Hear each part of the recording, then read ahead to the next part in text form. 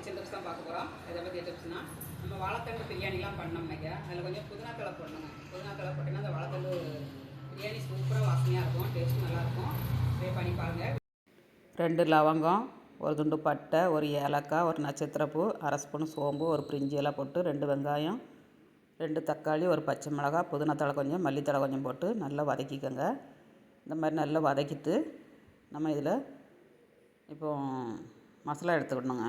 அரை spoon வரமிளகாத்தூள், 1 spoon வரமல்லித்தூள், 1 spoon garam masala இதெல்லாம் போட்டு நல்லா ஃப்ரை பண்ணிக்கோங்க.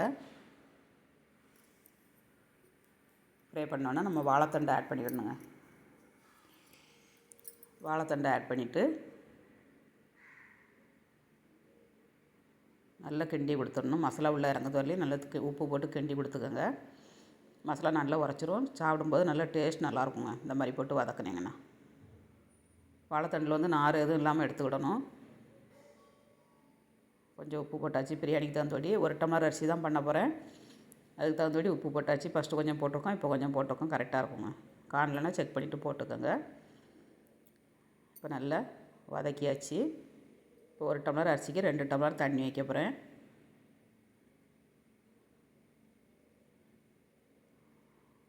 நம்ம சிக்கன் பிரியாணி மட்டன் பிரியாணின்னா 1.5 டம்ளர் வைங்க. இதுக்கு வந்து 2 டம்ளர் வைக்கணுங்க.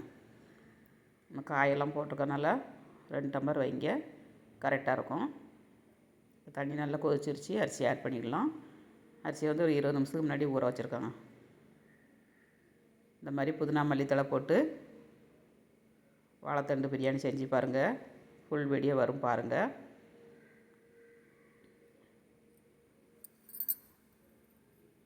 சூப்பரான